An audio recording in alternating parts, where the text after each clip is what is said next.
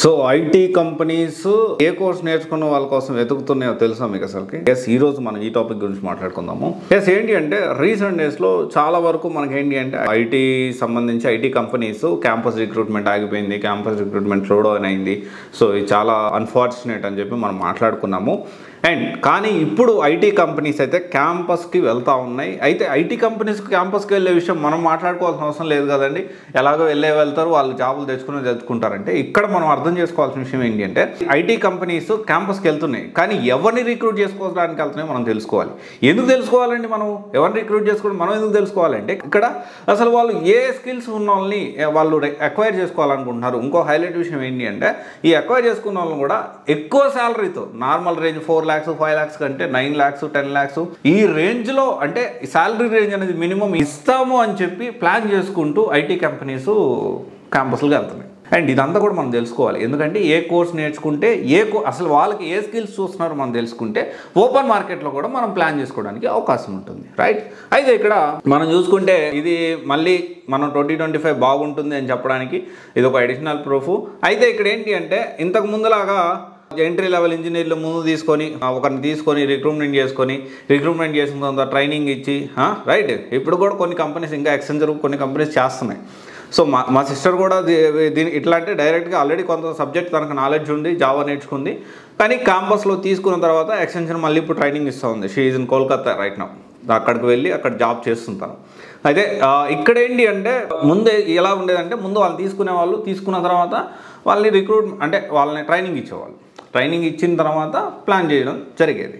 అయితే ఇప్పుడు ఏంటి అంటే cloud కంప్యూటింగు, data analytics, artificial intelligence ఎవరైతే ఇలాంటి స్కిల్స్ ఎక్వైర్ చేసుకున్నారో వాళ్ళ కోసం వెతుకుతున్నాయి. రీసెంట్ డేస్లో చూసుకుంటే 40,000 ఫ్రెషర్స్ని TCS తీసుకోవాలనుకుంటుంది. Infosys on campus, off campus ద్వారా దాదాపు 15,000 నుంచి 20,000 మంది ఫ్రెష్ గ్రాడ్యుయేషన్ తీసుకోవాలనుకుంటుంది.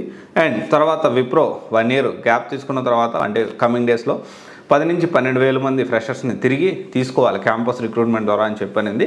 కానీ ఇక్కడ ఇంకొక విషయం ఏంటి అంటే మనము హై డిమాండ్ ఉన్న క్లౌడ్ కానీ, డేటా కానీ, AI కానీ, డేటా సైన్స్ కానీ వీటి మీద ఫోకస్ చేయడం ఎంత ఇంపార్టెంటో ఇక్కడ ఇంకొక పాయింట్ కూడా వాళ్ళు హైలైట్ చేశారు, which is about cut off and recruitment process అనేది ఇంకా కఠినతరం, ఇంకా టఫ్ చేయబోతున్నారు.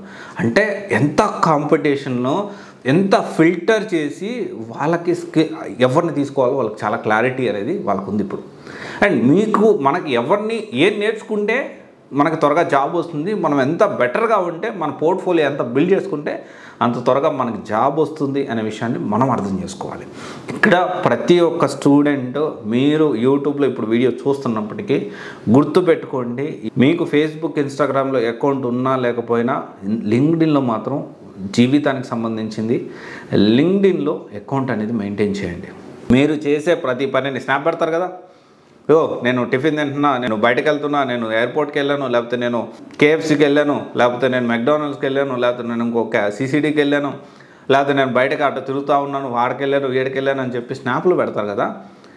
మంచి విషయమే, అందరూ తెలుసుకోవడంలో అది మంచి విషయం, చెడ్డ విషయం అది మీ ఇష్టం. కానీ దాని బ్యాడ్ థింగ్ ఏం కాదు. మీ ఫ్రెండ్స్కి ఏదో మీరు షేర్ చేసుకోవాలనుకుంటున్నా నేను చేస్తున్నాను అని దగ్గర వాళ్ళకి అది వేరే విషయం. మంచి విషయం అని నేను చెప్పలేను, అది ఎవరిష్టం వాళ్ళది.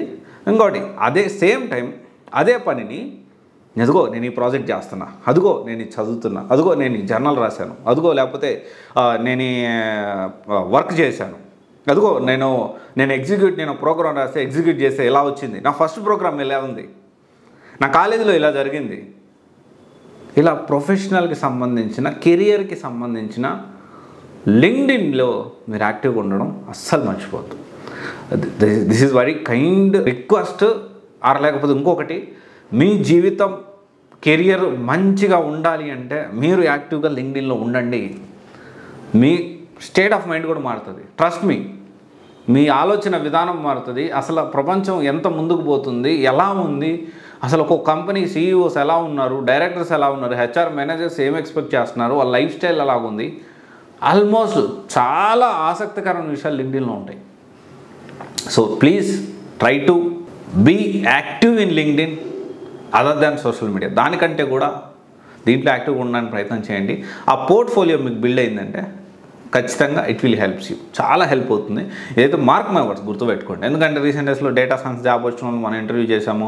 అండ్ అంతకుముందు చూసుకుంటే లింక్డ్ఇన్ ఏదైతే వర్కింగ్ ప్రొఫెషనల్స్ కూడా మనం ఇంటర్వ్యూ చేస్తున్నాం. మేనేజర్ లెవెల్ కానీ లేకపోతే మేనేజర్ లెవెల్లో వర్క్ చేసిన వాళ్ళు, టీమ్ లీడ్ పొజిషన్లో ఉన్న వాళ్ళు, మల్టిపుల్ వాటి మీద మనము వీడియోస్ చేస్తున్నాము, ఇంటర్వ్యూస్ తీసుకుంటున్నాము. నా ఇన్ఫర్మేటివ్ వీడియోస్ మీకు మనకు ఛానల్లో అప్డేట్ చేస్తూనే ఉన్నాం. అందరితో మాట్లాడిన తర్వాత నాకు చాలా ఈ లింక్డ్ఇన్ యొక్క ఆవశ్యకత ఏంటి, దాని యొక్క ఇంపార్టెన్స్ ఏంటి అనే విషయం నాకు అర్థమైంది. ఓకే, మీరు కూడా అర్థం చేసుకోండి. Thank you. This is Raj signing off.